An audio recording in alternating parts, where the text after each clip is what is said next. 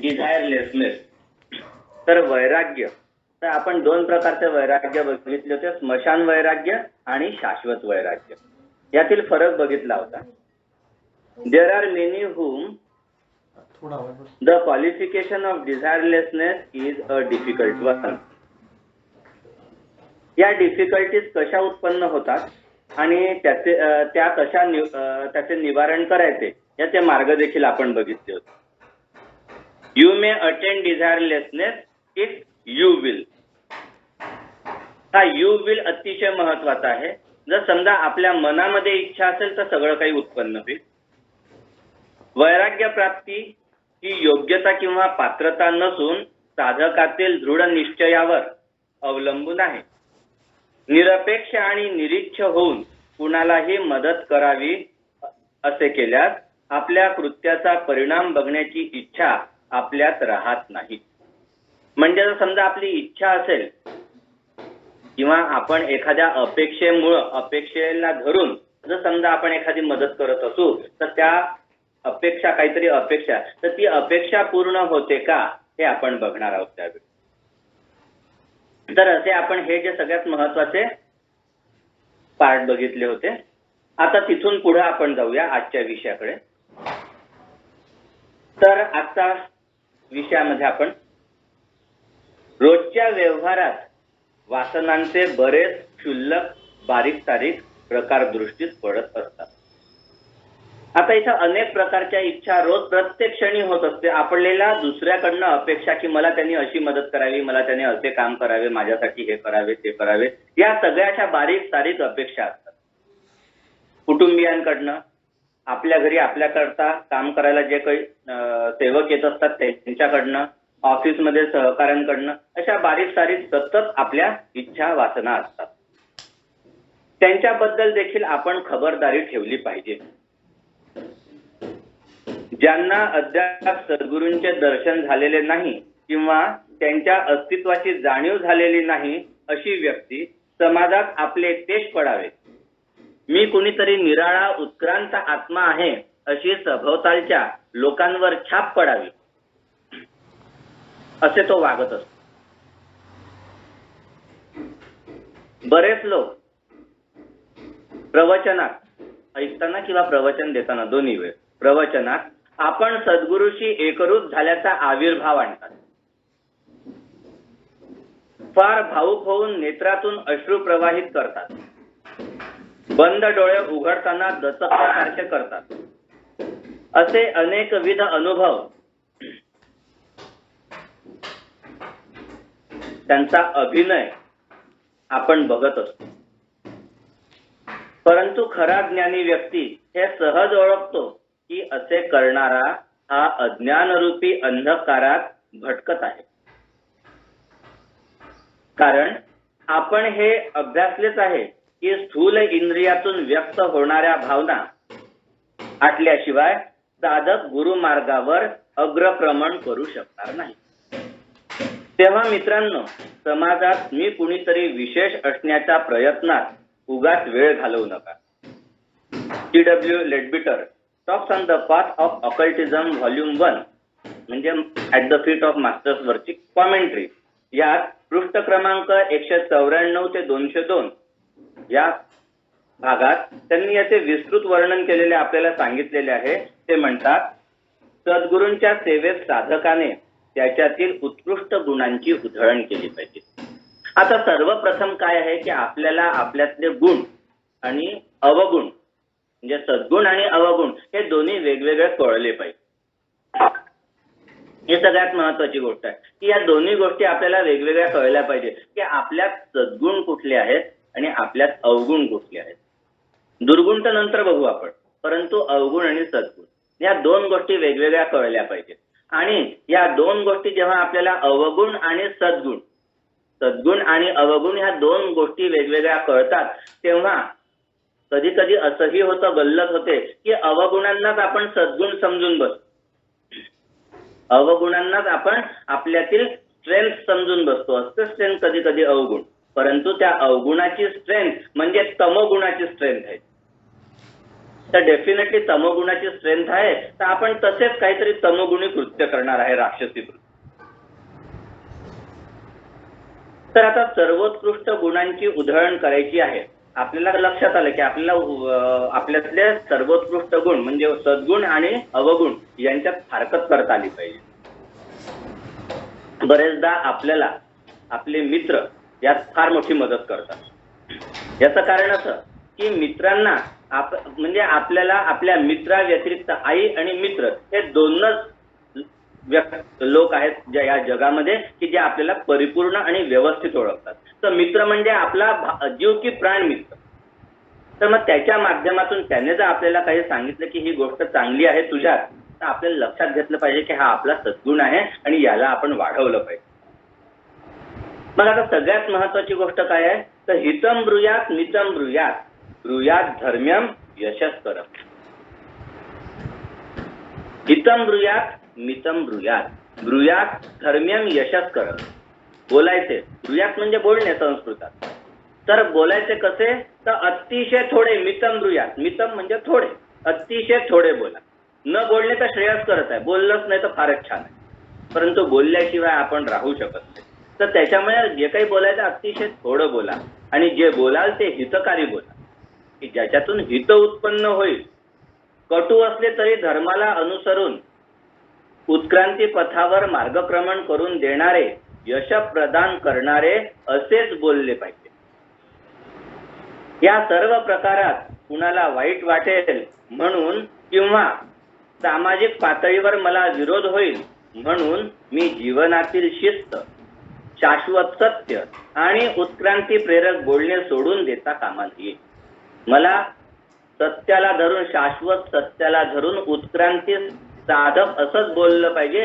Because I am the one who know, because I am the one who know. मी त्या भागातला आहे की ज्याला ज्ञान आहे. ज्ञान कसलं, तर सद्गुरूच्या गॉड्स प्लॅनचं, मास्टर्स प्लॅन. आणि काय आहे मास्टर्सचा प्लॅन? मास्टर्सचा प्लॅन आहे इव्होल्युशन, युनिव्हर्सल इव्होल्युशन हा प्लॅन आहे. ह्या प्लॅन मध्ये जे सुटेबल असेल, ह्या प्लॅन मध्ये जे सुटेबल असेल ते मला बोलणे अत्यावश्यक आहे. वैखरीला, वैखरी म्हणजे वाणी, जे मी बोलतोय आणि तुम्ही ऐकताय ती वैखरी. तर वैखरीला तुमचा स्वामी होऊ देऊ नका. तर तुम्ही तिथे स्वामी व्हा. म्हणजे तुम्हाला वाटेल तेव्हा ते बोलेल. म्हणजे त्या इंद्रियावर जिव्हा, मी सांगितलंय तुम्हाला बरेचदा की जिव्हा ही ड्युएल वर्क करते. एक काय करते तर रसना आणि दुसरी वाचा. तर आता आपण सध्या आज जे काही बोलणार आहे ते पूर्ण वाचेवर बोलणार आहे की वाणी. तर ही वैखरी जी आहे ही वैखरीला तुमचा स्वामी होऊ देऊ नका. इंद्रियांना वरचढ होऊ देऊ नये आपण. तर इंद्रिया हे आपल्या ताब्यात असले पाहिजे. आपल्या म्हणजे आपल्या आत्म्याच्या ताब्यात असले पाहिजे. मी हे कुणालाही उद्देशून बोलत नाहीये, कारण असं सतत हे होते आहे की कुणाच्या तरीतले मी अवगुण किंवा दोष इथे बोलत असताना प्रगट करतो. परंतु मी तुम्हाला सांगतो की पृष्ठ क्रमांक 195 ते 199 वर ॲनी बेझंट यांनी हे अतिशय विस्तृत आणि अतिशय तिखट शब्दात सांगितलेले, परखड शब्द ज्याला आपण म्हणतो. आणि माझी अशी विनंती आहे सर्व जिज्ञासूंना की त्यांनी जरूर याचे अध्ययन करावे. वाचाळ, बडबडा मनुष्य त्याची जास्तीत जास्त ऊर्जा बडबडीत नष्ट करतो. त्याऐवजी त्याने जर ही ऊर्जा उपयुक्त कृतीत उपयोगली तर तो गॉड्स प्लॅन ऑफ इव्होल्युशन मध्ये स्वतःचे स्थान निर्माण करू शकेल. उपयुक्त क्रियेत म्हणजे हा जो गॉड्स प्लॅन ऑफ इव्होल्युशन आहे, या इव्होल्युशन करता तो साधक होईल. आपण बडबडीने इव्होल्युशन करता, उत्क्रांती करता बाधक होतो. तर आपल्याला इव्होल्युशन करता साधक व्हायचे आहे. आपली म्हणजे साधक व्हायचे आहे म्हणजे काय, तर आपली साधना काय असावी, गॉड्स प्लॅन ऑफ इव्होल्युशन मध्ये आपण फिट होऊ, सूट होऊ अशा पद्धतीने आपली साधना असावी. सद्गुरूंची सेवा तो करू लागेल, त्याच वेळी ज्या क्षणी तो तिथे सूट होईल, तिथे फिट करेल स्वतःला. जो फार मोठ्या मोठ्या गोष्टी करतो व सतत बडबडत असतो तो क्रियाशून्य असतो असे अनिवेदन म्हणतात. की तो क्रियाशून्य असतो, तो नुसताच बोलतो, कार्य काहीच करत नाही. आणि इथे सद्गुरूंच्या कार्यामध्ये व्यक्ती कसा हवा असतो, बोले तैसा चाले. उदरनिर्वाहाकरिता काम करणे म्हणजे गॉड्स प्लॅन ऑफ इव्होल्युशन मध्ये कार्य करणे नव्हे. उदरनिर्वाहाकरता काम करतो म्हणजे काय, तर आपण आपल्या स्वार्थासाठी स्वतःसाठी काम करतो. फक्त आता त्याच्यामध्ये त्या कार्याच्या माध्यमातून ह्या मार्गात बाधा उत्पन्न होऊ नये असं प्रामाणिक आपल्याला काम करायचं. मित्रांनो, मनुस्मृतीत मनु म्हणतात, जो त्याच्या जिभेवर म्हणजेच वाणीवर संयम मिळवेल तोच या विश्वावर स्वामित्व प्राप्त करू शकेल. आपल्याला राजा वगैरे व्हायचं नाहीये, या विश्वावर स्वामित्व प्राप्त करायचं आहे, म्हणजे उत्क्रांती पथावर अग्रक्रम राहायचा आहे. मग हे राहत असताना, उत्क्रांती पथावर अग्रक्रम राहत असताना, सहसा विदधीत न क्रियाम अविवेकः परमा पदाम पदम गृणते हि विमृश्य कारिणम गुणलुब्धाः स्वयमेव संपदः. पहा काय म्हणताय तिथे सुभाषितकार, सहसा विदधीत न क्रियाम अविवेकः परमा पदाम पदम. It is well to get used even now to thinking carefully before speaking. For when you reach initiation, you must watch every word. Least means otherwise you should tell what must not be told.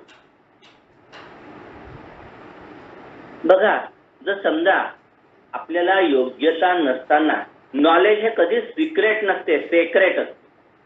Secret आणि secret spelling एकच आहे, उच्चार वेगवेगळे. Knowledge हे secret असते अनेक वेळा. आता बघा, मी नॉलेज हा शब्द वापरलेला आहे, इन्फॉर्मेशन नव्हे. इन्फॉर्मेशन जी आहे ही ओपन आहे. त्याचं इंटरप्रिटेशन आणि त्या दृष्टीनं ज्ञान मिळविण्याचा मार्ग हा सेक्रेट आहे. ज्याची जशी योग्यता असेल तसा त्याला ते प्राप्त होईल आणि मिळेल. शिवलीलामृतामध्ये पार्वतीने शंकराजवळ हट्ट केला की ह्या संपूर्ण विश्वोत्पत्ती आणि विश्व उत्क्रांती कशी होते आणि काय, हे सगळं काही तुम्ही मला सांगा. आणि शंकराने ते सांगण्यास सुरुवात केली महादेवाने. ते ऐकण्याची योग्यता पार्वतीत नव्हती, परंतु स्त्री हट्टापुढे काय, बायकोने हट्ट केला की नवऱ्याला ते पूर्ण करावंच लागते बरेचदा. तर त्या पद्धतीने महादेवाने ते संपूर्ण सांगायला सुरुवात केली. आणि ते संपूर्ण ऐकून त्याला पचवून जीवनात इम्प्लिमेंट करण्याची योग्यता पार्वतीत नव्हती. तर काय झाले, तिला झोप लागून गेली. जे ज्ञान आपल्याला, जी इन्फॉर्मेशन आपल्याकरता ज्ञानात रूपांतरित होण्याकरता खूप इम्पॉर्टंट नसते किंवा आपली ती योग्यता नसते आणि आपण तिथे बसतो ते ऐकायला, तर आपल्याला झोप यायला लागते आणि आपण झोपून जातो. हे याच्यावरनं सिद्ध होतं. मग त्यावेळी काय झालं, तर एका कबुतराने ते ऐकलं सगळं. आणि कबुतराजवळ हा विवेक नव्हता की हे आपण कुठे बोलायचं आणि कुठे बोलायचं नाही, म्हणून कबुतराला ते बोलताच येणार नाही अशी परिस्थिती शंकरांनी निर्माण केली, अशी आख्यायिका आहे. तर आपण इथे सहसा विदधीत न क्रियाम अविवेकीपणे घाई गडबडीत कुठलेही कार्य करू नये.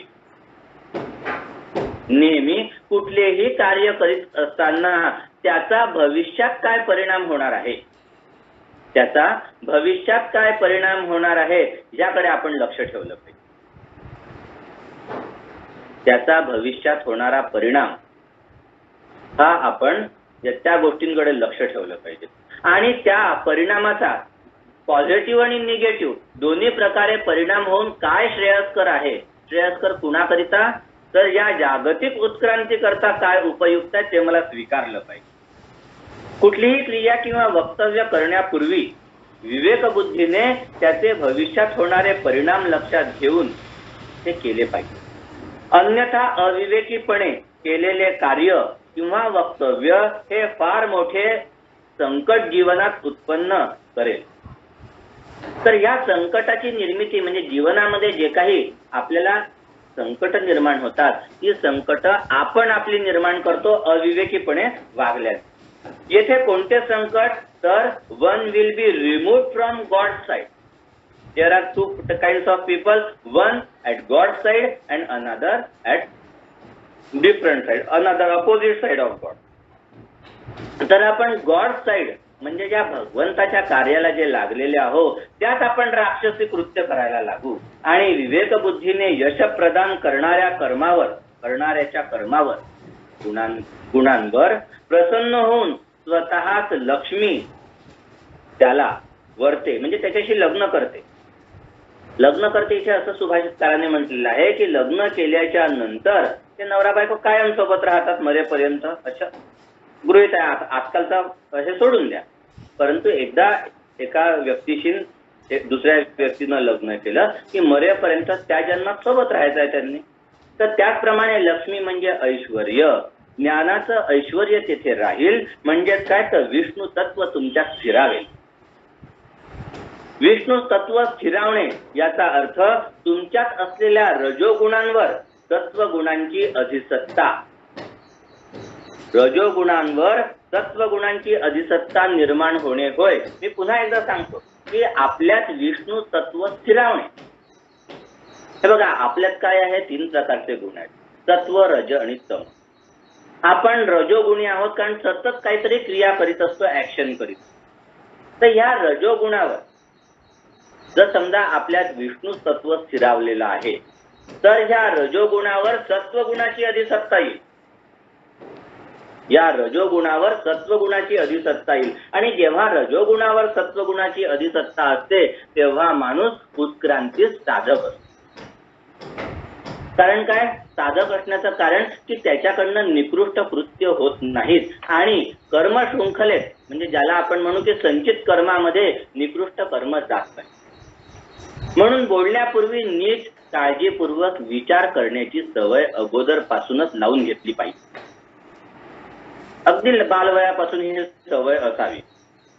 नसेल बालवयापासून तर आताही काय चुकीचं आहे? आता आपण आपल्या स्वतःला मितभाषी करण्याचा प्रयत्न करावा. अवघड आहे परंतु दुर्धर नाही. ही सवय आपल्याला अतिशय लहानपणापासूनच लावून घेतली पाहिजे.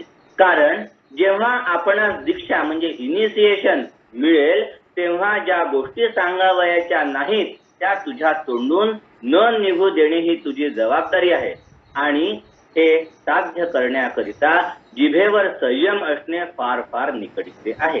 जर समजा मुळातच कमी बोलण्याची जर सवय असेल तर या सगळ्या गोष्टी कधीच बाहेर पडतात. कुठे काय बोलायचे हा विवेक आपल्याकडे. बहुतांश वेळा माणसाच्या बोलण्यात वायफळपणा फार असतो. स्वतः फार विद्वान समजून तो अनावश्यक सल्ले इतरांना देण्यात स्वतः फार फार धन्य समजतो. बरेचदा आपली योग्यता विसरून तो पुढल्यास उपदेश करीत असतो आणि आपण हा महामूर्खपणा करीत आहोत याची यत्किंचितही कल्पना त्यात नसते. मी आज थोडंसं भाषांतरच करून घेतलेलं आणि थोडं वाचून दाखवतोय कारण ह्या गोष्टी अतिशय परखड, तिखट आणि महत्वाच्या आहेत की ज्या सांगितल्या पण पाहिजेत. उपदेश करणे आणि उपदेश करत असताना आपल्याला हे लक्षातच येत नाही की आपण हा महामूर्खपणा करीत आहे याची यत्किंचितही आपल्याला कल्पना नसते. बरेचदा आपल्या बोलण्यात परनिंदा असतात आणि हा तर निव्वळ दुष्टपणा आहे, दुसऱ्याची निंदा करणे. कुणाच्याही अपरोक्ष बोलणे फार फार निकृष्ट कृत्य होय. पृष्ठ क्रमांक 200 ते 201 ज्याच्यावर हे सगळं वर्णन आलेलं आहे. मी हे सतत सांगतोय कारण सतत मला असं हे होते आहे की मी परखड विचार मांडतो, मी इतरांना उद्देशून बोलतो, मी इतरातील अवगुणांवर बोलतो. मी तसं काहीही करत नाही. जसं पुस्तकात आहे तसंच मी बोलतो. या सर्वांकरिता हे जे काही मी वर सांगितलं आता की मितभाषी असणे, परनिंदा न करणे, मी कुणालाही सल्ला उगाचचा नाही देणार या सर्व गोष्टींकरता मी माझा गुरु मीनाक्षीला मानलेले आहे. मीनाक्षी गायधनी म्हणजे देवगडे, मीनाक्षी देवगडे, तिला मी माझा गुरु केलेला आहे. आमच्या 30-32 वर्षांच्या मैत्रीत मी कधीही तिला कुणाविषयी बोललेले ऐकले नाही. आपण आपल्या जीवनातला बहुतांश वेळ वाचाळतेत व्यर्थ घालवतो. ही फार फार दुर्दैवाची बाब आहे. बरेचदा सभोवतालची मंडळी खुश असावी म्हणून आपण बडबडत असतो. आपण मौनात असलो तर त्यांचा गैरसमज होईल असा आपणच आपला समज करून घेतो आणि तोंडाचा पट्टा सुरूच ठेवतो. काहीतरी बोलायचे म्हणून अर्थहीन बोलत असतो. हे चूक आहे. खरे मित्र शांत आणि मौनातच एकमेकांशी विचारांचे आदान प्रदान फार उत्तम करतात. जो अनुभव आहे हा की मी आणि मीनाक्षी वैखरीने खूपदा काहीच बोलत नाही, परंतु एकमेकांशी सगळे काही बोलून घेतो. आता हे परावाणीतून होते की पश्चंतीतून आमचे संभाषण कोण्या वाणीतून होते हे कळत नाही, परंतु आमचे संभाषण होते. जर न बोलण्याने संभाषण तुटत आहे असे वाटत असेल तर अशी समजूत करणाऱ्याच्या दुर्दैवी विचारांची एका ज्ञानी माणसाने कीव केली पाहिजे असं ॲनी बेसेंट. म्हणजे वैखरीतून न बोलताच आपण संभाषण साधू शकतो आणि तो अनुभव घेतलेला आहे, त्याच्यामुळे हे सहज शक्य आहे. जोपर्यंत दुसऱ्याने प्रत्यक्ष विचारले नाही तोपर्यंत स्वतःहून कधीही आपले मते सल्ला सांगावयास जाणे व्यर्थ आहे. हे आपले कर्तव्यच नाहीये. कुणी आपल्याला मदत विचारली, सल्ला विचारला तर आपण त्याला हेल्प करावी. का करू नये हे पुढे येणार आहे आणि तेव्हा मी सांगतो. बोलण्यापेक्षा ऐकण्याची सवय लावून घेणे, बोलण्यापेक्षा ऐकण्याची सवय लावून घेणे साधकास अत्यावश्यक आहे. मित्रांनो, साधक हा श्रावक असला पाहिजे. श्रावक श्रवणम करोति इति श्रावकः, जे श्रवण ऐकणारा हा श्रावक आणि साधक साधना करोति इति, साधनाम चुकलं मी, साधनाम करोति साधनेला करणारा असा साधक. आणि तो कसा असावा तर श्रवण करणारा असावा, बोलणारा नसावा. तर बोलण्यापेक्षा ऐकण्याची सवय लावून घेतली पाहिजे. He shall be expert in the art of listening as per जे कृष्णमूर्ती. जे कृष्णमूर्ती म्हणतात की आर्ट ऑफ लिसनिंग ही डेव्हलप झाली पाहिजे. ऍट द फीट ऑफ मास्टर्सच्या या डिझायरलेसनेस मध्ये एक वाक्य आहे, one statement of qualification gives them to know, to dare, to will, to be silent. हे 4 क्वालिफिकेशन्स असले पाहिजे. विवेक आणि वैराग्य तेव्हा स्थिरावायला लागते. टू नो समजून घेणे, समजणे आणि जाणून घेणे याच्यात फरक आहे. समजून घेणे आणि जाणून घेणे. तर पहिले इथे टू नो समजून घेणे, टू डेअर धाडस किंवा हिम्मत करणे. आणि आध्यात्मिक मार्गावर जर आपल्याला जायचं असेल तर आपल्यात हिम्मत असणे अतिशय आवश्यक आहे. तर हिम्मत करणे. टू विल दृढ निश्चय करणे, टू विल दृढ निश्चय करणे. कारण माहित आहे की डिझायरलेसनेस केव्हा अचीव्ह होईल, इफ यू विल. तर हा दृढ निश्चय तुमच्यात असेल तरच आपण त्या गोष्टीपासून दूर जाऊ शकतो. टू बी सायलेंट मौन धरणे सगळ्यात महत्वाचा आहे. पहा, मौन धरणे हा शेवट लागून अतिशय अतिशय दुर्धर कठीण आहे. दुर्धर धरण्यास अतिशय दूर आहे, परंतु धरताच येणार नाही असं नाही आहे.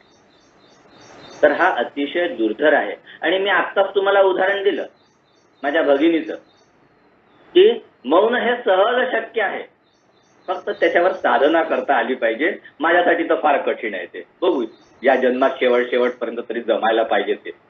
ज्या गूढ मार्गावर प्रगती साधून मुक्ती मंदिराचा मार्ग अग्रक्रम करावयाचा आहे त्याने या जगातील दृढ रहस्य समजून घेतलेच पाहिजे. ज्याला गूढ मार्गावर प्रगती साधून मुक्ती मंदिराच्या मार्गावर अग्रक्रम करावयाचा आहे त्याने या जगातील गूढ रहस्य समजून घेतलेच पाहिजे. थिओसॉफिकल सोसायटीचं तिसरं उद्दिष्ट जे आहे. प्रत्येक कार्य आणि निर्णय पूर्ण धाडसाने घेतला पाहिजे. हे सर्व दृढनिश्चयाने जीवनात तसूभरही न डगबगता दीपस्तंभाप्रमाणे किंवा ध्रुव ताऱ्याप्रमाणे आपल्या गंतव्य मार्गावरून पदच्युत होता कामा नये. आणि हे सर्व वैखरी मध्यमा आणि पश्चंतीला मौनात बांधून परावाणीचा नाद व्हॉइस ऑफ सायलेन्स ऐकता आला पाहिजे. मी पुन्हा सांगतोय की या मार्गावरून जात असताना आपल्याला पहिल्यांदा तो हे समजून घेतलं पाहिजे की या मार्गावर मला जायचं आहे. जात असताना येणारे सर्व जे काही डिफिकल्टीज आहेत धाडसानं त्यांना तुडवायचे आहे. आणि हे सगळं करत असताना यत्किंचितही मी डगमगणार नाही म्हणून दृढ निश्चयी असलो पाहिजे. आणि हे सगळं करत असताना वैखरी मध्यमा किंवा पश्चंतीला मौनात बांधून म्हणजे ह्या तीनही वाणी वैखरी मी जे बोलतोय ते बोलायचं नाहीये. फिजिकल प्लेन ऍस्ट्रल प्लेनवर मध्यमा विचार डोक्यात कुठलेही येऊ द्यायचे नाहीयेत आणि पश्चंती हृदयात इमोशन्स कुठलेही नसणार आहेत त्यावेळी. कारण मगाच आपण बघितलं की हे असे इमोशन्स क्रिएट जर फिजिकल बॉडीतनं होत असतील कारण ही पश्चंती परिणित फिजिकल बॉडीतून होते, मॅनिफेस्ट फिजिकल बॉडीतून होते. आणि तसं जर होत असेल तर आपण गुरुमार्गापासून दूर होतो. तेव्हा आपल्या इमोशन्सवर आपल्याला कंट्रोल हा मिळवताच आला पाहिजे. आणि असे झाल्याच्या नंतर यांना मौनात बांधल्यानंतर परावाणीचा नाद व्हॉइस ऑफ सायलेन्स ऐकता आला पाहिजे. आणि तो व्हॉइस ऑफ सायलेन्स आपले म्हणजे हायर माइंडचे कान म्हणजे आत्मा ऐकतो. बघा आपल्याला जेवढ्याही 7 बॉडीज आहेत प्रवीणाताईंना अतिशय उत्कृष्ट त्याच्यावर आपल्याला त्या व्हाईट लोटस मंथ मध्ये लेक्चर दिलेले आहेत. तर ह्या ज्या काही 7 बॉडीज आहेत आपल्या प्रत्येक बॉडीला जसे फिजिकल बॉडीला आपल्याला इंद्रिय आहेत तसे प्रत्येक बॉडीला इंद्रिय आहेत. आणि आपल्याला हायर मेंटल प्लेनवर आपली जी बॉडी आहे त्या बॉडीचे जे इंद्रिय आहेत त्याचे कान आणि परावाणी यांच्यात परावाणीनं बोललेलं ते कान आहेत. तेव्हा तो त्याच्या भोवतीची सर्व आवरणे मग काय होते ते आत्म्यानं ऐकलेलं असतं. आणि जेव्हा आत्मा आत्म्याचा परावाणीशी संवाद होतो तेव्हा त्या आत्म्याच्या भोवती जे अनेक वेगवेगळे आवरण आहेत की ज्याच्यामुळे आत्म्याचं लश्कर बाहेर येत नाही ते सगळेचे सगळे आवरण नष्ट होतात आणि तो आत्मा लिबरेट होतो. आणि म्हणून हे मौन याच्यावर म्हणजे आपल्याला वैराग्य बोलण्यापासून घ्यायचं आहे आणि मौन धारण करायचं. म्हणजे आपण वैराग्य प्राप्त करत असताना एक Call ended.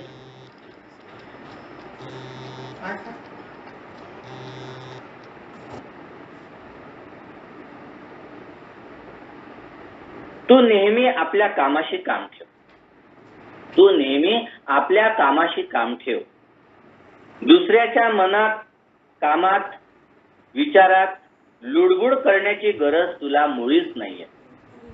का दुसऱ्याच्या कामात, मनात आणि विचारात आपण आता ताबडतोब प्रश्न येईल की दुसऱ्याच्या मनात आपण कशी लुडबुड करणार आहोत. आपण टेलिपॅथीनं आपल्या थॉट पॉवरच्या इम्पॅक्टनं त्याच्या मनाला पेनिट्रेट करत असतो सतत. तर तसं करायचं नाहीये. थॉट पॉवरच्या माध्यमातून आपण तसं त्याच्या मनात पेनिट्रेट व्हायचं नाहीये. आणि त्याच्या मनात पेनिट्रेट होऊन आपण काय करतो तर त्याच्या मध्यमेला डिस्टर्ब करत असतो. म्हणजे त्याच्या वैचारिक पातळीवर वैचारिक वाणीला सतत डिस्टर्ब करत असतो. ही लुडबुड आपण करायची नाही. दुसऱ्याच्या म्हणजे नवरा किंवा बायकोच्या किंवा घरातील इतर सभासदांच्या किंवा आपल्या सान्निध्यात येणाऱ्या इतर सभासदांच्या देखील प्रारब्धाप्रमाणे आपण लुडबुड करायची नाहीये. आपण कुणाच्याही म्हणजे खूपदा काय होतं की नवरा बायको हे 2 देह 1 जीव वगैरे असं मानतो, असं मुळीच नसते. इंडिव्हिज्युअल आहे प्रत्येक आयडेंटिटी. प्रत्येक सोल हा इंडिव्हिज्युअल आहे आणि तो त्याच्या कर्मानुरूप प्रगती करणार आहे. या जन्मामध्ये आपण जर नवरा बायको झालेलो असू, म्हणजे एक स्त्री आणि एक पुरुष हे जर नवरा बायको झाले असतील तर हे फक्त कर्मबंधनानं नवरा बायको झालेले असतात. हे कर्मबंधनामुळे नवरा बायको झालेले असतात. दोघांचेही प्रारब्ध वेगवेगळे असतात, वेगवेगळे प्रारब्ध असतात, परंतु ते प्रारब्ध वेगवेगळे असताना ते एकमेकाच्या कर्मात बांधलेले असतात म्हणून तिथे असतात. तसेच घरातले सभासद, प्रत्येकाची आयडेंटिटी वेगळी असते, त्याला त्याच्या आयडेंटिटी प्रमाणे प्रारब्धाप्रमाणे पुढे जाण्याची मुभा आपण दिली पाहिजे. त्यांच्या प्रारब्धाप्रमाणे ते क्रियमान कर्म करणार आहेत हे आपल्याला लक्षात असतं आणि कर्म शृंखलेतून मुक्त होणार आहेत ही कर्म करून. तेव्हा त्यात तू उगाचच स्वतःच गोवणार नाही ही खबरदारी घेतली पाहिजे. म्हणजे त्यात तू स्वतःला गोवून तू एक तुझ्या संचित कर्माच्या कंडीत एक नवीन कर्म टाकू नकोस. त्या अशा इच्छा तू प्रयत्नपूर्वक तुझ्यातील नाहीशा केल्या पाहिजे. म्हणजे काय तर दुसऱ्याच्या कार्यात आपण आत प्रविष्ट होणार नाही, पेनिट्रेट होणार नाही. ही जी आपल्या मनात इच्छा असते, याला मदत करू दे, त्याला मदत करू दे, आपल्या म्हणणं आपण जे बोलतो ते बरोबर आहे अशा पद्धतीनं त्यानं कार्य केलं पाहिजे. या गोष्टी त्याच्या कर्मात आपण लुडबुड करतो आणि त्याच्या उत्क्रांतीत आपण बाधा होतो की नाही माहित नाही, पण आपण आपल्या स्वतःच्या उत्क्रांतीला खीळ घालतो. दुसरा काय करतो, तो काय बोलतो, कुठे जातो, त्याचा कशावर विश्वास आहे आणि कशावर नाही हे बघण्याचे तुला यत्किंचितही प्रयोजन नाही तुझ्या जीवनात. कशाला बघायचं तो काय करतो, काय बोलतो, काय नाही. खूप जणांना सवय असते ऑफिसमध्ये जे काही झालं किंवा दिवसभरात जे काही झालं ते घरी आल्यावर सगळा पाढा वाचायचा. काही आवश्यकता नाही तो पाढा वाचायची. तो पाढा कुठं वाचायचा आहे, झोपण्यापूर्वी सिंहावलोकन करतात. आणि कशा करता की त्यावेळी मी काय काय चुका केल्यात हे लक्षात घेण्याकरता. मी माझे काय काय ठरवलेले होते आज सकाळी उठल्याबरोबर की कुठल्या अवगुणांपासून मुक्त व्हायचे, कुठल्या अवगुणांपासून वैराग्य प्राप्त करायचे हे मी ठरवलेले होते. ते मी साध्य केले की नाही हे सिंहावलोकनात बघायचे. घरात पूर्ण भाषण देण्यात काही अर्थ नाही या गोष्टींचा, वेळ वाया घालवतो आपण. आमच्या विदर्भी भाषेत असं म्हणतात, फालतूची लफर लफर करायची नाही कुणाच्या कामात. इथल्या विदर्भातल्या लोकांना हे कळलं की काय करायचं आणि काय नाही करायचं. म्हणजे उगाच इथं तिथं नाक खुपसायचं नाही. पुढील व्यक्ती त्याच्या कर्ममुक्तीकरिता त्याला वाटेल ते करण्याची मुभा देण्याचे तू शिकले पाहिजे. पुढील व्यक्तीस त्याला काय करायचे आहे त्याला मुभा दिली पाहिजे, कारण तेव्हा तो त्या कर्ममुक्तून मुक्त होईल. जोपर्यंत तो माझ्या कार्यात अडथळा होत नाही तोपर्यंत विचारात, उच्चारात आणि आचारात वाटेल ते करण्यास तो मोकळा आहे. बघा, विचारात, उच्चारात आणि आचारात वैखरी, मध्यमा आणि पश्यंती. विचारात, आचारात आणि उच्चारात तो काय करायचे त्यात करता तो मोकळा आहे. बंद समजा तो माझ्या कार्यात अडथळा निर्माण करत असेल तर त्याला बाजूला सारलं पाहिजे, कारण माझ्या कर्मात त्याचं पेनिट्रेशन होते आहे. मी या कर्मातनं यावेळेस मोकळा होणार नाही. माझ्या कर्मात तो पेनिट्रेट करतोय, या कर्मातून मी मुक्त होणार नाही, म्हणून त्याला बाजूला सारून मला माझं कार्य करायचं. योग्य वाटेल ते करण्यात जसा आपण हक्क सांगतो तसाच हक्क त्यालाही आपण दिला पाहिजे. आणि त्या हक्काप्रमाणे स्वतंत्रतेने वागत असताना त्याविषयी चर्चा करण्याचा तुला मुळीच अधिकार नाही. आणि मग तो कसा वागतो याच्यावर चर्चा करण्याची तुला मुळीच आवश्यकता. थोडक्यात सासू सुनेची सतत निंदा करते की सून माझी असं करते, सून माझी तसं करते, हे असं आहे तसं आहे, ह्या सगळ्या गोष्टी करण्याची आवश्यकता मुळीच नाही. कारण की जे काही प्रत्येक व्यक्ती कर्म करतो त्याच्या प्रारब्धानुसार करतो. त्याचे वागणे तुला अयोग्य वाटत असले तरी तू चूप बसण्यास अपेक्षित आहे, बोलायचं नाही. मात्र स्वधर्मानुसार मात्या पित्यांनी त्यांच्या मुलांना ते लहान असेपर्यंत त्यांना शिस्त लावणे ते लहान असेपर्यंत त्यांना शिस्त लावणे त्यांचे कर्तव्य आहे. शिस्त ही लावलीच पाहिजे मुलात, परंतु ती मुलांकडून योग्य वर्तनाची अपेक्षा बाळगण्याआधी आपण शिस्तीत आहो का ह्याची खात्री त्या मात्या पित्यानं करून घेतली पाहिजे. मुलांना जर समजा सकाळी 4 वाजता अभ्यासासाठी उठावं असं वाटत असेल तर त्या आईनं उठलं पाहिजे ना. माझी आई उठत होती कारण म्हणून मी आईनं उठलं पाहिजे. जितके वाजता आम्ही तिघही भाऊ जेव्हा केव्हा आम्ही अभ्यासासाठी उठत असो आमच्या बरोबर आई उठलेली असेल आणि तीही अभ्यास करायची. थिओसॉफीचे आम्ही आमचे व्यवहारिक कॉलेज शाळांच्या पुस्तकांचा अभ्यास करायचं आणि ते थिओसॉफीच्या पुस्तकांचा अभ्यास, परंतु ती उठलेली असायची. तर मुलांना आपण म्हणजे कुणालाही आपण जर एखादा शिस्तीचा धडा शिकवत असू तर ती व्यक्ती ती शिस्त आपल्यात आहे का हे बघ. ती व्यक्ती ती शिस्त आपल्यात आहे का हे नक्कीच कुठंतरी बघते. आणि जर समजा तशी शिस्त आपल्यात आहे तर खरंच तसं वागलं पाहिजे. आईत किंवा वडिलात जर समजा तशी गोष्ट आहे तर तसं वागलं पाहिजे हे मुलाला आपसूक समजते, मग त्याची गरज पण नाही.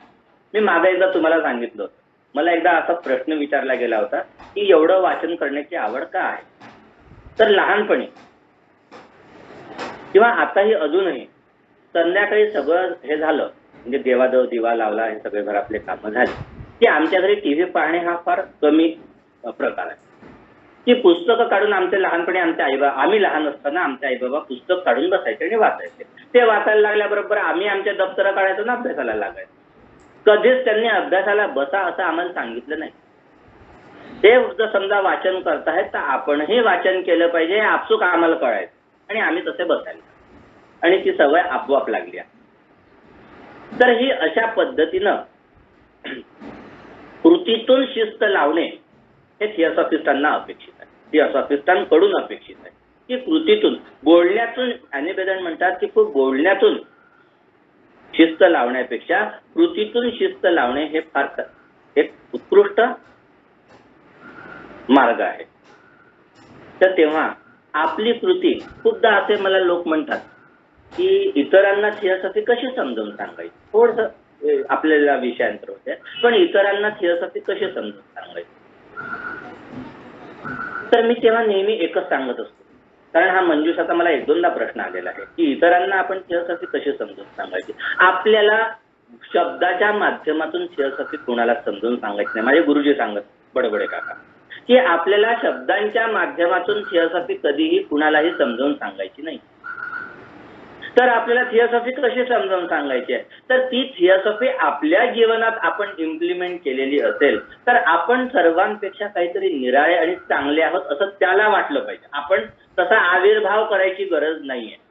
कारण काय, आपण ऍक्टिंग एकदा करू अभिनय, परंतु कधी कधी आपण मूळ स्वभावात आपल्या येतो अभिनयाच्या बाहेर आणि त्यावेळी मूळ स्वभावात आपण जास्तीत जास्त वेळा येतो अनावधानानं.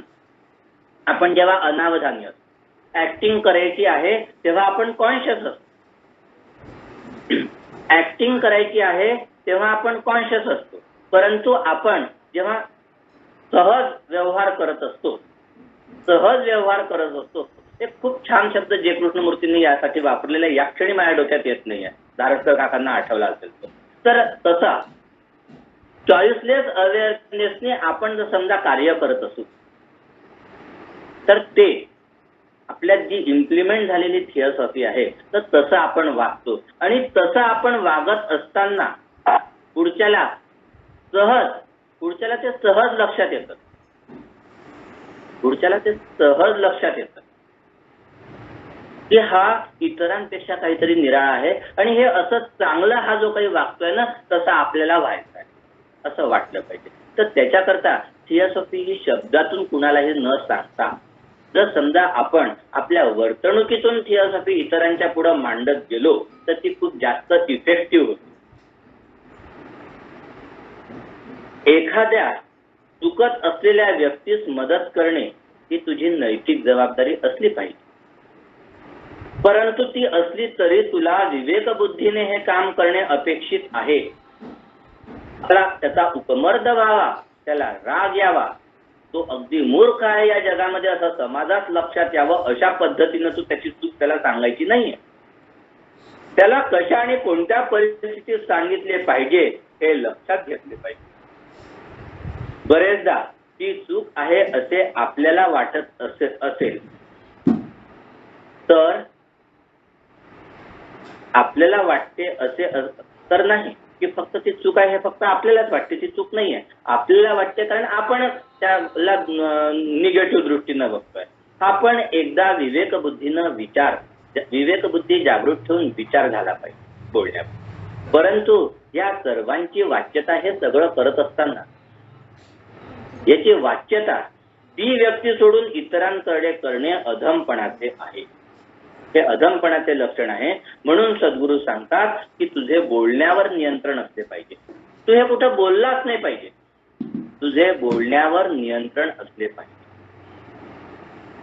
बळी तो कान पिळी अशी परिस्थिती जर तुला कुठे दिसली, बळी तो कान पिळी अशी परिस्थिती जर समजा तुला कुठे दिसली, कुणी लहान मुलांवर अथवा मुक्या जनावरांवर अत्याचार करीत असेल तर एक थिओसॉफिस्ट म्हणून आपले आद्य कर्तव्य आहे की त्या प्रसंगी मध्ये पडून, म्हणजे तिथे काही विवेकबुद्धीनं विचार करायचा आहे ते नाही, मध्ये पडून ती परिस्थिती परिपूर्णपणे ताब्यात घेणे आणि त्या अबलांना त्यातून मुक्त करणे हे तुझे प्रथम कर्तव्य आहे. की कोणी लहान मुलांवर अत्याचार करत, मुक्या जनावरांवर कोणी अत्याचार करत असेल, आपण बघतो दिवाळीच्या दरम्यान गाढवाच्या किंवा त्या कुत्र्याच्या शेपटीला फटाकेला बांधणे, उगाचच जाता येता कुत्र्याला दगड मारणे, हे असे बसलेला एखादा गाय रस्त्यावर बसलेली आहे, तिला उगाचच कोणीतरी मारते आहे जाता येता. कशासाठी? तर ही काय आहे तर तुझ्या मनोवृत्ती आहे, विघ्न संतोषीपणा आहे की असं विघ्न निर्माण झालं, त्या कुत्र एकदम क्या क्या ओरडलं की याला फार आनंद. अशा प्रकारची जर परिस्थिती कुठे आढळली तर तिथे तात्काळ आपण थांबवलं पाहिजे. आणि हा अंतर्भाव अतिशय परिणामकारक व्हावा की अत्याचार करणारा पुन्हा आयुष्यात कधीही हे कृत्य करण्यास धजावणार नाही. आणि म्हणून तुझ्यात ती हिंमत असली पाहिजे. मग अशी जे आपण म्हटलं ना धाडस, हे तुझ्यात असलं पाहिजे. कारण त्यावेळेस म्हणजे त्या अत्याचार करणाऱ्या व्यक्तीला असा मज्जाव करायचा आहे, असा परिणामकारक त्याला आपण सुनवायचं आहे की पुन्हा त्याची कधीही हिंमत झाली नाही पाहिजे की आपण हे असं काही कृत्य करणार आहोत. असं कृत्य करत असताना तू त्याच्या डोळ्यापुढे आला पाहिजे. अशा पद्धतीनं इतक्या ठाम आणि ठोस पद्धतीनं हे आपल्याला थांबवायचं आहे. म्हणजे त्यावेळी ट्रूथ थिओसॉफिस्ट नेचर आपलं बाहेर आलं पाहिजे. थोडक्यात त्याच्यातील रावण किती छान एक सुचलेलं आहे, त्याच्यातील रावण नष्ट करण्याकरिता तुझ्यात राम उत्पन्न झाला पाहिजे. त्या अत्याचार करणाऱ्या अत्याचारी रावणाला नष्ट करण्याकरिता तुझ्यात राम उत्पन्न व्हायला पाहिजे. कारण राम उत्पन्न झाला, श्रीकृष्ण उत्पन्न झाला, तेव्हाच राक्षसी प्रवृत्ती आपल्यातच राम आहे, आपल्यातच रावण आहे, आपल्यातच श्रीकृष्ण आहे, आपल्यातच कंस आहे. तर हा कंस हा रावण मारण्याकरिता म्हणजे या तमोगुणाला नष्ट करण्याकरता आपल्यात असलेल्या रजोगुणावर राम किंवा श्रीकृष्ण म्हणजे सत्वगुणाची अधिसत्ता असली पाहिजे. जर कोणी आपल्या देशाचा कायदा मोडत असेल आणि तुम्ही प्रत्यक्ष अवलोकन करीत असाल तर योग्य अधिकाऱ्यापर्यंत ती माहिती पोहोचवणे तुमचे या देशाचा सुजाण नागरिक म्हणून कर्तव्य आहे. हे मी पुन्हा एकदा वाचतो जे मी लिहिलेलं आहे. जर कोणी आपल्या देशाचा कायदा मोडत असेल आणि तुम्ही प्रत्यक्ष अवलोकन करीत असाल, म्हणजे कायदा मोडत असताना जर समजा तुम्ही बघत असाल की हा कायदा मोडतो आहे देशाचा, तर तुम्ही तो ताबडतोब स्वतः तिथं ऍक्ट व्हायचं नाही आहे, तर त्याला अवरुद्ध करण्याकरिता ज्याला अधिकार आहे त्या योग्य अधिकाऱ्यापर्यंत ही माहिती पोहोचवणे तुमचे या देशाचा सुजाण नागरिक म्हणून राईट सिटिझनशिप ऑफ इंडिया तुमची सिटिझनशिप दुसऱ्या देशाची असेल तर right citizenship of that country. तुमचा आद्य कर्तव्य आहे की त्या योग्य अधिकाऱ्यास ती माहिती पुरवली पाहिजे. मग एक लक्षात घ्या की ही माहिती ऐकीव नसावी. तुम्ही त्याचा साक्षीदार असणे आवश्यक आहे. एखाद्या मुलाचे वा एखाद्या विद्यार्थ्याचे म्हणजे प्रौढी असू शकतो विद्यार्थ्याचे शिक्षण हे व्यावहारिक असो वा आध्यात्मिक असो पूर्ण करण्याची जबाबदारी आपल्याकडे असेल तर तेव्हा त्याच्यातील दोष किंवा चुका त्याला त्याच्या निदर्शनास आणून दिल्याच पाहिजे. पण त्याची पद्धत कशी असावी हा विवेकबुद्धीने परिस्थितीनुरूप तुला घेता आला पाहिजे. एखाद्या व्यक्तीच्या शिक्षणाची आध्यात्मिक असो किंवा व्यावहारिक असो शिक्षणाची उत्क्रांतीची जबाबदारी या जगात कुणाचीही कुणावर नसते. या जगात असा कोणीच गुरु नाही. देहधारी लक्षात घ्या शब्द. या जगात कुणीच देहधारी असा गुरु नाही की जो एखाद्या जीवात्म्याची उत्क्रांती करू शकेल. उत्क्रांती ज्याची त्याला करायची. उत्क्रांती ज्याची त्याला करायची. तर ती मग आता अशी व्यावहारिक किंवा आध्यात्मिक ज्ञान जर समजा आपल्याला कुणाला देण्याची जबाबदारी असेल एखाद्या विद्यार्थ्यावर तर त्यावेळी त्याच्यातील दोष किंवा चुका तुला त्याच्या निदर्शनास आणून देणे आद्य कर्तव्य आहे. सांख्ययोग आहे. हा तुझे प्रथम कर्तव्य आहे. सांख्ययोग दुसरा अध्याय भगवान श्रीकृष्णाने भगवद्गीतेत सांगितलेला आहे त्याप्रमाणे. परंतु ते निदर्शनास आणून देताना त्याची पद्धत कशी असावी हे विवेकबुद्धीनं तुला तुझे ठरवता आले पाहिजे. आपली सांख्ययोगानुरूप कर्तव्यांव्यतिरिक्त म्हणजे माझ्यावर कोणाची जबाबदारी आहे आणि काय काय कर्तव्य सांख्य म्हणजे स्वधर्मानुरूप सांख्ययोगानुरूप मला करायचे आहेत तेवढे मी करायचे ते केलेच पाहिजे. आणि आपले या व्यतिरिक्त आपण बरे आणि आपले काम बरे असे निस्वार्थ निरपेक्ष वागणूक मौन व्रत पाळत शिकलो पाहिजे.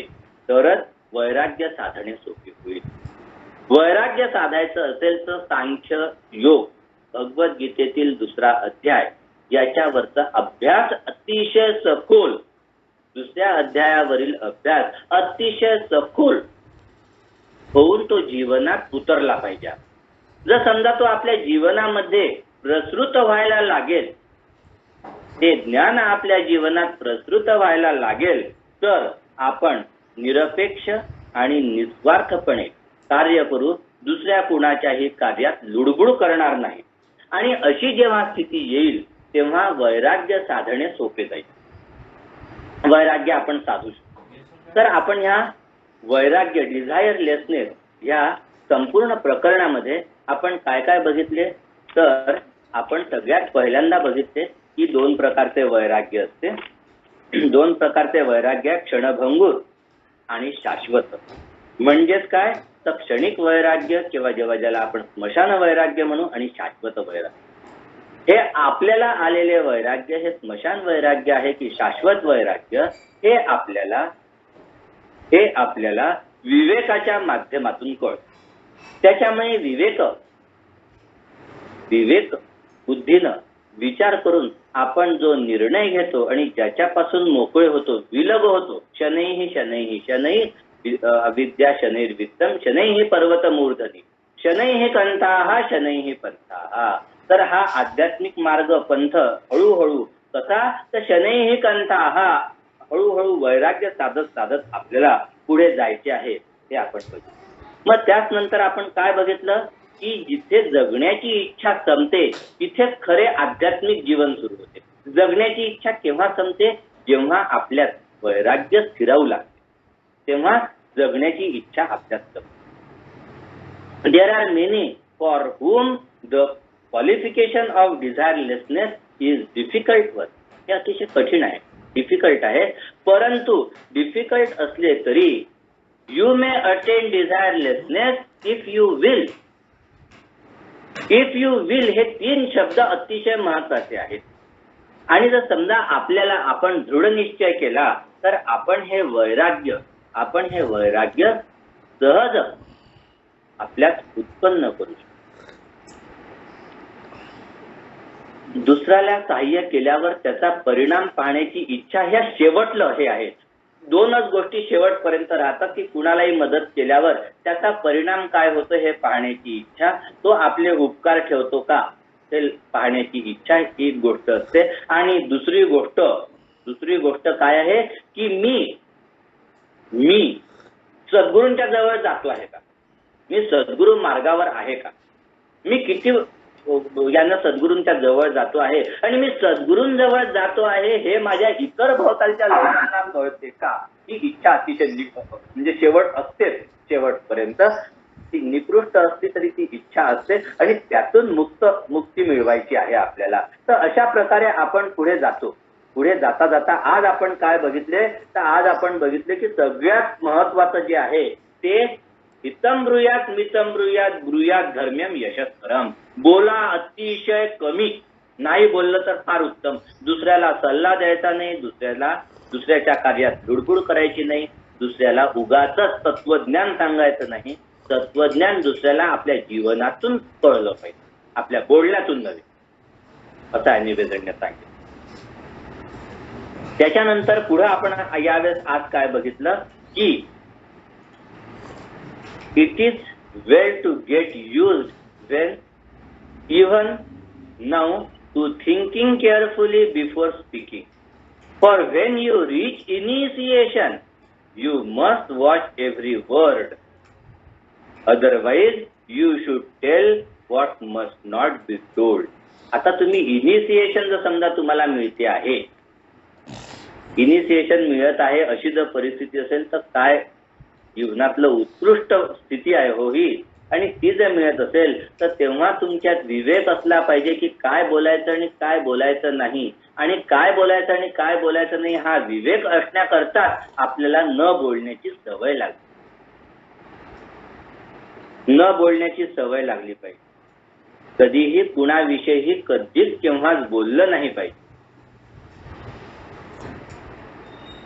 कायम जो कोणी मीनाक्षीला भेटला असेल माझ्याचप्रमाणे तो पण आपला गुरु मीनाक्षीला ह्या पर्टिक्युलर गुणाकरता करू शकतो.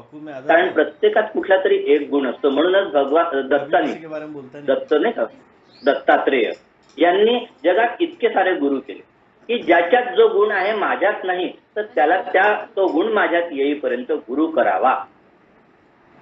गुरु मीन्स टीचर. मला सद्गुरु महात्मा म्हणायचे नाही आहे, टीचर म्हणायचं आहे. तर त्याच्याकडनं ते टीचिंग लेसन्स आपण घ्यावे, टीचर. त्याच्यानंतर आपण पुढे हे बघितलेलं आहे की बोलण्यापेक्षा ऐकण्याची सवय लावायची आपल्याला. बोलण्यापेक्षा ऐकण्याची सवय लावायची आहे. आपण साधक तेव्हाच होऊ जेव्हा आपण श्रावक स्थितीत जाऊ. त्याच्यामुळे आपल्याला श्रावक व्हायचे आहे. आणि वन स्टेटमेंट ऑफ क्वालिफिकेशन आपल्याजवळ कायम असलं पाहिजे. ते म्हणजे टू नो, समजून घेणे, टू डेअर, धाडस हिम्मत करणे, टू विल दृढ निश्चय करणे, आणि टू बी सायलेंट मौन धारण करणे. आणि ह्या चारही गुणांच्या माध्यमातून मी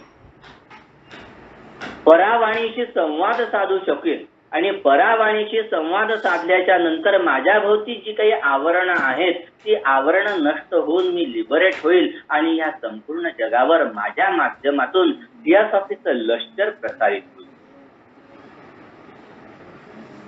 अशा पद्धतीने आपण जेव्हा विवेक बुद्धीने परिस्थितीनुरूप सांख्य योगानुरूप आपल्या कर्तव्यांव्यतिरिक्त आपण बरे आणि आपले काम बरे असे जीवन आपले ठेवू.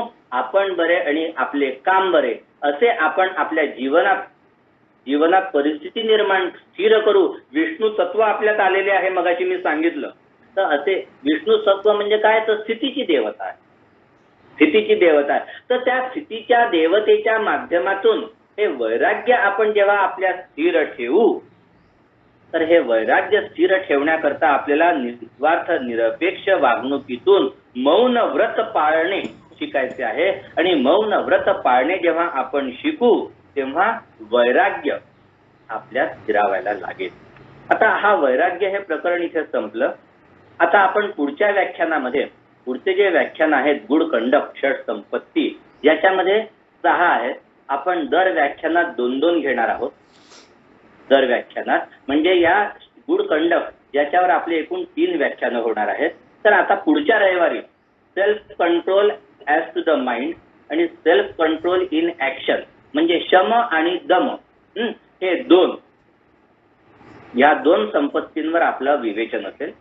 तर माझी अशी एक विनंती आहे सगळ्यांना की या 2 याचं जर समजा आपण वाचन अध्ययन करून आलो तर माझ्या ह्या ज्या काही विवेचनाला तुमचा एक मानसिक वैचारिक सपोर्ट मिळतो आणि सपोर्ट मिळाल्याच्या नंतर माझं हे जे व्याख्यान देताना मला अतिशय मदत होते आणि फार उत्कृष्ट हा आपला वेळ या जगत कल्याणाकरता. आता आपण प्रार्थना घेऊ. शांती मंत्र. ओम सर्वे वै सुखिनः सन्तु सर्वे सन्तु निरामयाः सर्वे भद्राणि पश्यन्तु न कश्चित् दुःखभाग् भवेत्. ओम शांती शांती शांतिः. ओम तत्सत् ब्रह्मार्पणमस्तु.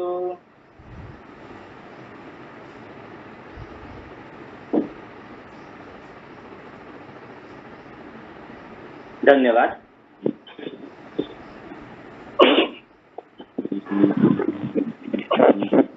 धन्यवाद. आज खूपच